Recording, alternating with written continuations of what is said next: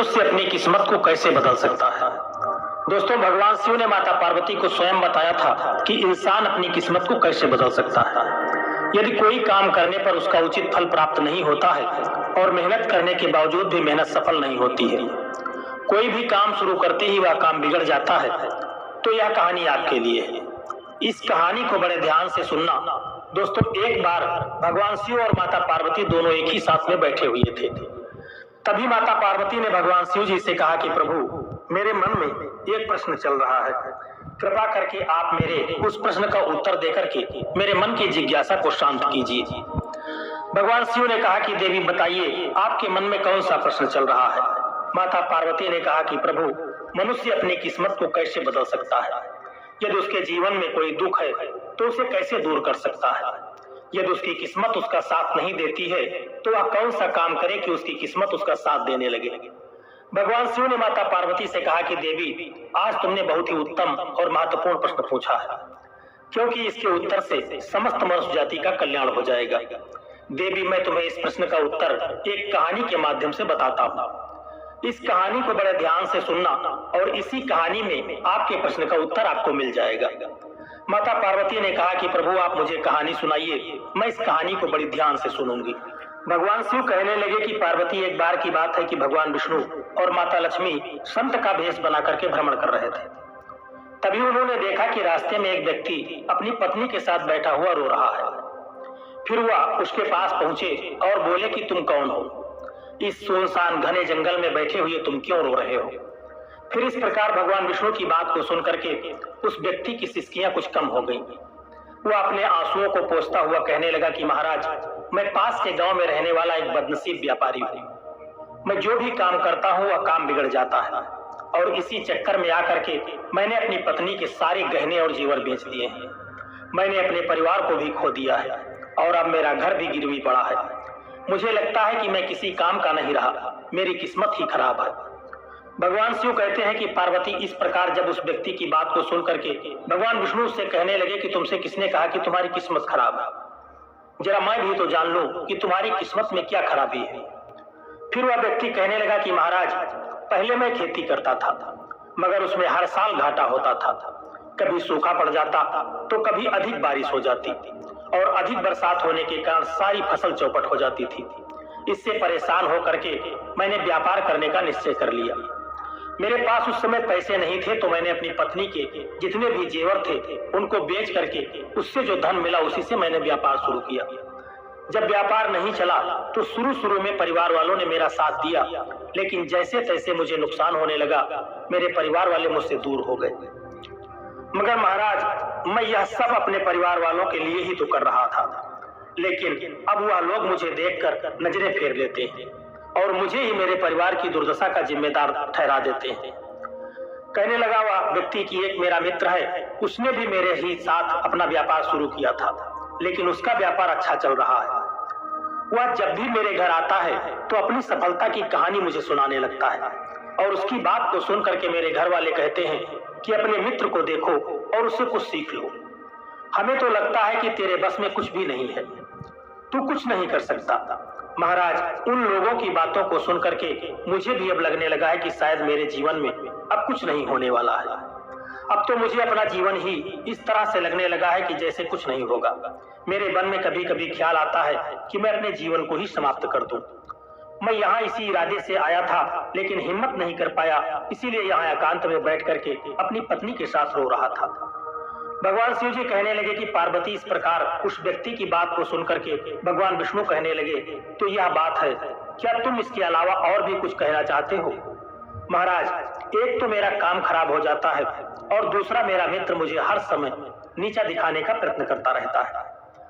मुझे यह समझ में नहीं आता कि इस दशा में मैं क्या करूं और क्या न करूं। भगवान विष्णु कहने लगे, क्या तुम अपने मित्र की बात को सुन करके वास्तव में दुखी हो जाते हो।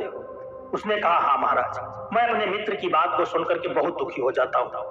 तभी भगवान विष्णु कहने लगे, तुम्हें किस बात का दुख होता है, अपने असफल होने या फिर मित्र के सफल होने का। अब वह व्यक्ति फिर एक पल सोचता है और उत्तर देता है, महाराज, अगर मैं सच कहूं तो मुझे अपने असफल होने का उतना दुख नहीं होता जितना कि मुझे मेरे मित्र के सफल होने से होता है। उतना दुख नहीं होता जितना कि मुझे मेरे मित्र के सफल होने से होता है। भगवान विष्णु कहते हैं कि यदि तुम्हारा मित्र सफल हो जाए तो क्या तुम्हें खुशी होगी? तो वह व्यक्ति कहने लगता है कि महाराज, मुझे बहुत खुशी होगी। फिर भगवान विष्णु कहते हैं कि इसका मतलब है कि तुम्हारी खुशी तुम्हारे मित्र पर निर्भर है। अगर वह चाहे तो तुम्हें खुश कर सकता है, और अगर वह चाहे तो तुम्हें दुखी कर सकता है। तुम स्वयं न तो खुश हो सकते हो और न ही दुखी हो सकते हो, अर्थात तुम अपने मित्र से पूरी तरह उसके गुलाम हो गए हो। इसीलिए मुझे लगता है कि तुम्हारा कुछ भी नहीं हो सकता। भगवान शिव जी कहने लगे कि पार्वती, जब विष्णु जी ने थोड़ी नाराजगी दिखाई और वहां से आगे बढ़ने का प्रयास किया तो वह व्यक्ति हाथ जोड़कर कहने लगा कि महाराज, आप मुझे छोड़ करके मत जाइए। आपकी बातों को सुन करके मुझे कुछ आशा बंध रही है। फिर भगवान विष्णु कहने लगे कि यदि तुम मेरी बात मानने के लिए तैयार हो तो मैं तुम्हें बताने को तैयार हूँ। हमेशा ध्यान रखना, जब हम किसी से आशा बांध लेते हैं तो उस पर निर्भर हो जाते हैं, और ऐसे में हमारी खुशी और दुख भी उसी पर निर्भर होने लगते हैं। इससे बेहतर है कि तुम अपने आप से आशा बांधो। जब तुम ऐसा करोगे और साथ ही पूरे प्रयत्न के साथ काम करोगे तो तुम्हें सफलता अवश्य प्राप्त होगी। भगवान शिव जी कहने लगे कि पार्वती, इस प्रकार विष्णु जी ने अपनी बात को आगे बढ़ाते हुए कहा कि तुम्हें लगता है कि तुम्हारा मित्र तुम्हें दुखी करने आता है, पर अगर तुम उनकी बातों पर विचार करो तो वह बातें सही कहता है। तुम्हें अपने मित्र की बातें खराब लग सकती है, मगर मेरी नजर में तुम्हारे मित्र की बातें बिल्कुल खराब नहीं है। वह अपने संघर्ष और अनुभव की बातें तुम्हें बताता है। तुम अपने मित्र की बात को ध्यान से सुन करके उनकी बातों को अपने जीवन में उतार करके बहुत कुछ सीख सकते हो, लेकिन तुमने कभी ऐसा नहीं किया होगा क्योंकि तुम्हें उससे जलन होती है। तुम्हें इसलिए उससे धन्यवाद करना चाहिए कि तुम्हें घर बैठे वह अनुभव दे रहा है, क्योंकि तुम्हारा मित्र तुम्हें अपनी सफलता की कहानी सुनाता है कि वह सफल कैसे हुआ। तुम उसके अनुभवों का लाभ उठाओ और एक नई शुरुआत करो। कर्म करते जाओ, हार मत मानो। एक दिन तुम्हें सफलता अवश्य मिलेगी। आज तुम जिसे अपना बुरा वक्त या बुरी किस्मत कह रहे हो, एक दिन यह बदल जाएगी और इसी के साथ तुम्हारे विचार भी बदल जाएंगे। और देखना, जब तुम्हारा अच्छा वक्त शुरू होगा तब तुम्हारा मित्र भी तुम्हें अपनी सफलताओं की कहानी नहीं सुनाएगा, तब वह तुम्हें अपनी असफलताओं की बातें बताएगा ताकि तुम उसकी बातें सुन करके भ्रमित हो जाओ और तुम्हारा आत्मविश्वास डगमगा जाए और तुम गलत निर्णय ले सको। लेकिन उस समय भी तुम्हें अपनी बुद्धि का प्रयोग करना होगा।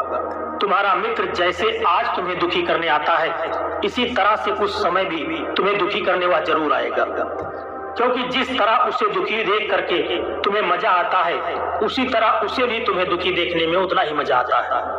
भगवान शिव जी कहते हैं कि पार्वती, इस प्रकार विष्णु जी की बात को सुन करके वह व्यक्ति कहने लगा कि महाराज, आपने बिल्कुल सही कहा है, लेकिन मेरा सबसे बड़ा दुख यह है कि मेरे परिवार के लोग भी इसमें शामिल हैं।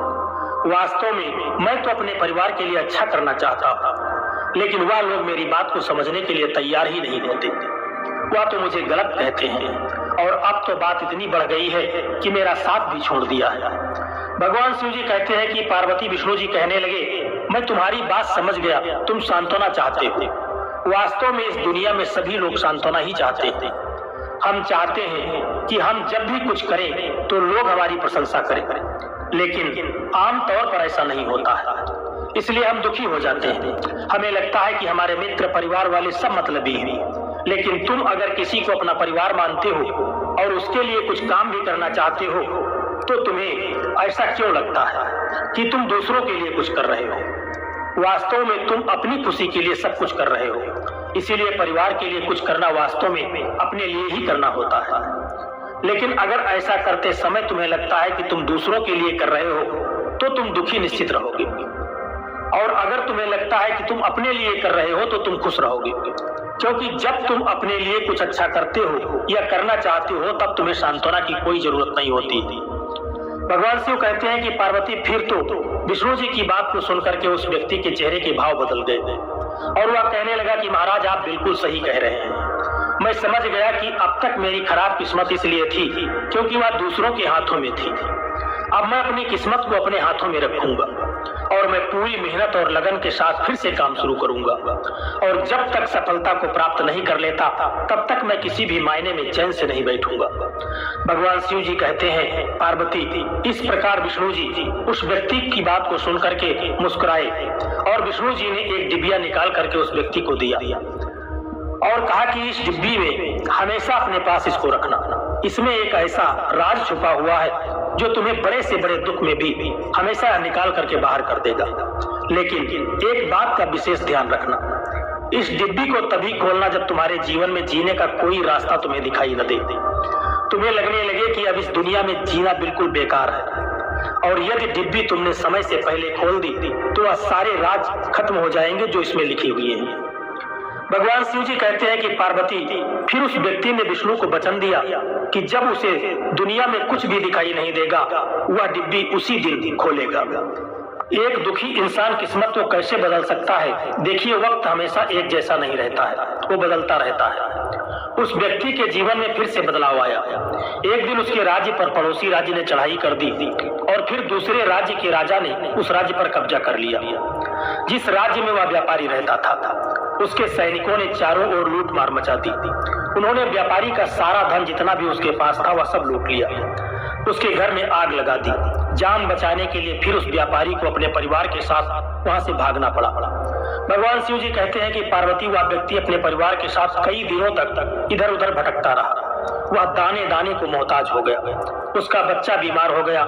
इलाज के अभाव में वह तड़पने लगा। यह सब देख करके उस व्यक्ति का हृदय एकदम से विचलित हो उठा। वह कैसे अपने बच्चे का इलाज कराए? उसके पास तो खाने के लिए भी पैसे नहीं थे। ऐसे में एक बार फिर उस व्यक्ति को निराशा ने घेर लिया। उसे लगने लगा कि उसका जीवन व्यर्थ है, सारी दुनिया व्यर्थ है, किसी भी बात का कोई मतलब नहीं है। भले ही आप जीवन में कितना भी कुछ कर लें, कितनी भी सफलता हासिल कर लें, अंततोगत्वा जीवन समाप्त ही होता है। जीवित रहने का क्या फायदा? इससे तो अच्छा है कि मैं अपने जीवन को पूरी तरह से समाप्त कर दूं। भगवान शिव कहते हैं कि पार्वती, वह व्यक्ति अपने परिवार के सहित आत्महत्या करने ही वाला था कि उसे उसी समय भगवान विष्णु की वह डिब्बी याद आ गई। क्योंकि भगवान विष्णु ने कहा था कि जब तुम्हें दुनिया में कहीं कुछ भी दिखाई न दे, उस समय इस डिब्बी को खोल करके, इस डिब्बी में जो पर्चा है उस पर्चे को खोल करके पढ़ना, तुम्हारा सारा दुख उसी समय दूर हो जाएगा।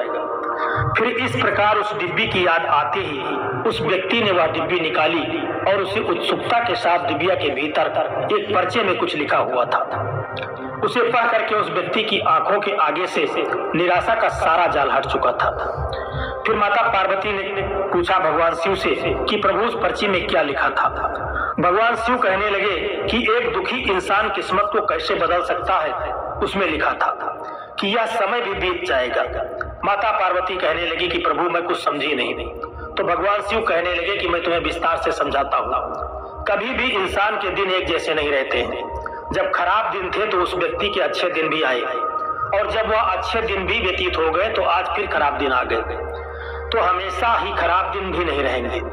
व्यक्ति को हिम्मत से काम लेना चाहिए और बराबर अपनी मेहनत के साथ अपने कार्य को करते रहना चाहिए। उसे एक न एक दिन सफलता निश्चित रूप से मिलती है।